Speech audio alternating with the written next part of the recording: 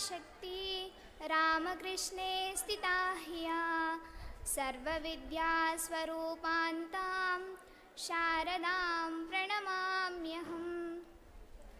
మాతాజీలకు ప్రణామాలు. అందరికీ నా నమస్కారాలు. నా పేరు కల్పన. నేను బాపట్ల నుండి వచ్చాను. అమ్మ శారదాదేవి ప్రార్థన ద్వారా సేవ ఎలా చేయవచ్చని చూపించారు. కొన్ని ఉదాహరణల ద్వారా నేను ఇప్పుడు తెలియజేస్తాను. ఇతరుల పట్ల దయ చూపడానికి నీవెవరు? నువ్వు ఒక క్షుద్రమైన పురుగువి. ప్రాణులందరినీ భగవంతునిలాగా భావించి సేవ చెయ్యి అన్నారు శ్రీరామకృష్ణులు. శివజ్ఞానే జీవసేవ అనే నినాదంతో ఈ సేవా కార్యక్రమమే ఒక ముఖ్యమైన ఆధ్యాత్మిక సాధనగా శ్రీరామకృష్ణ మిషన్, శ్రీ శారదా మిషన్లు అవలంబిస్తున్నాయి. మాతృదేవి సేవకు అత్యంత ప్రాధాన్యమిచ్చారు. అమ్మ తమ చిన్న వయసులోనే పుట్టినింట్లో సేవలందించారు. ఇంటి పనుల్లో తల్లికి, తమ తమ్ముళ్లకు, మరదళ్లకు, వారి పిల్లలకు సేవ చేయడానికి సేవలు అందించేవారు. ఇక దక్షిణేశ్వరంలో అమ్మ చేసిన సేవలను మనం ఇప్పుడే చూసాము. గురుదేవుల మహాసమాధి తరువాత మాతృదేవి స్వగ్రామమైన జైరాంబాటిలోను, కల్కత్తాలోని ఉద్బోధన్ గృహంలోనూ ఉండేవారు. జైరాంబాటికి ఎంతోమంది భక్తులు వచ్చేవారు.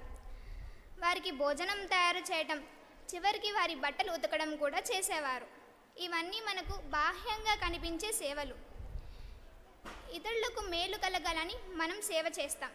కానీ మన పరిధికి మించిన పనులు చేయడం ఎలా? ఇందుకోసం జపం రూపంలోనూ ప్రార్థన రూపంలోనూ సేవ చేసి చూపించారు మాతృదేవి. ఇలా ప్రార్థన ద్వారా సేవ ఎలా చేయవచ్చో రెండు సంఘటనలు చూద్దాము. గురుదేవుల మహాసమాధి తరువాత మాతృదేవి కామార్పూర్లో నివసిస్తున్న రోజులవి.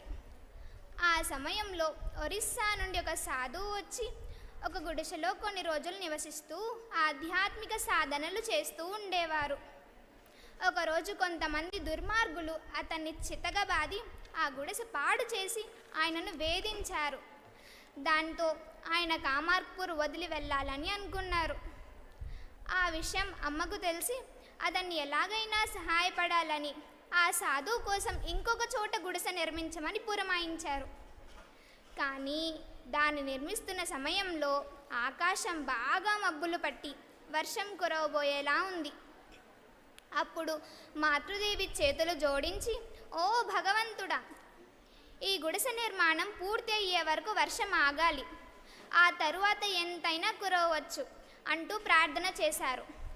అప్పుడు కురవబోయే వర్షం ఆగిపోయి ఆ గుడిసె నిర్మాణం చక్కగా మళ్ళీ మొదలైంది. దాని నిర్మాణం పూర్తి అయిన తరువాతనే వర్షం కురిసింది.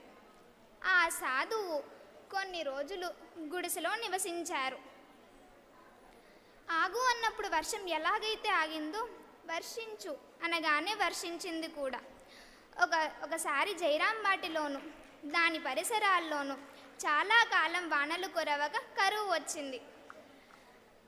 దాని పరిసరాల్లో చాలా కాలం వానలు కురవక కరువు వచ్చింది. ఒకరోజు గ్రామ ప్రజలందరూ అమ్మ దగ్గరకు వచ్చి, అమ్మ, ఈ సంవత్సరం కూడా వానలు కురవకపోతే అందరూ ఆకలితో మాడి చావాల్సిందేనా అమ్మా అని మొరపెట్టుకున్నారు.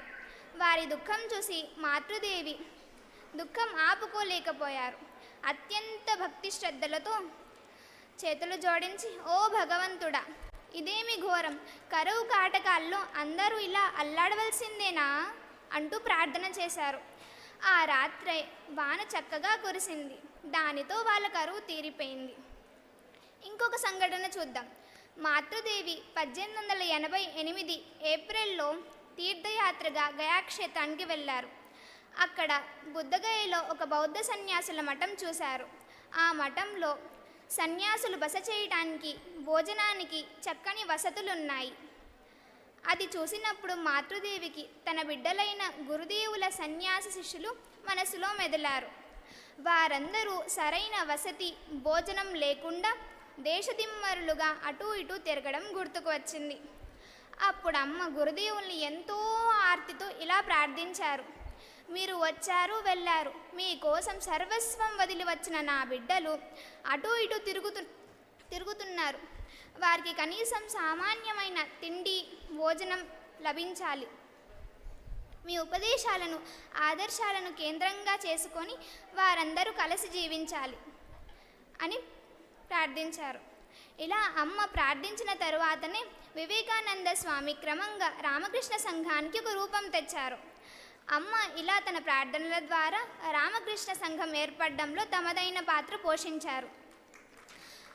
మనమైతే మన కోసం, మన కుటుంబ సభ్యుల కోసం మాత్రమే ప్రార్థన చేస్తాం. కానీ అమ్మ నిరంతరం ఇతరుల కోసం ప్రార్థన చేసేవారు.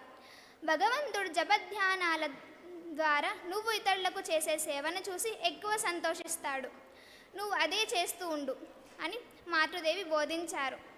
అమ్మ చూపిన సేవా మార్గంలో పయనిస్తూ సాధ్యమైనప్పుడు ప్రత్యక్షంగా సేవ చేయటం ద్వారా, నువ్వు సాధ్యం కాని సందర్భంలో ప్రార్థన ద్వారా సేవ చేస్తూ ఉండడానికి మనం ప్రయత్నించాలి. ధనవంతులు ధనం రూపంలో సేవ చేయాలి, పేదవారు పనుల రూపంలో సేవ చేయాలి అని అమ్మ అనేవారు. ముఖ్యంగా స్త్రీలకు సేవా ప్రధానమైన జీవితం అవసరమని అనేవారు. కాబట్టి మనందరము సేవా మార్గంలో పయనిస్తూ అమ్మ కృపకు పాత్రలు కావడానికి మనమందరం ప్రయత్నించాలి. జై మా.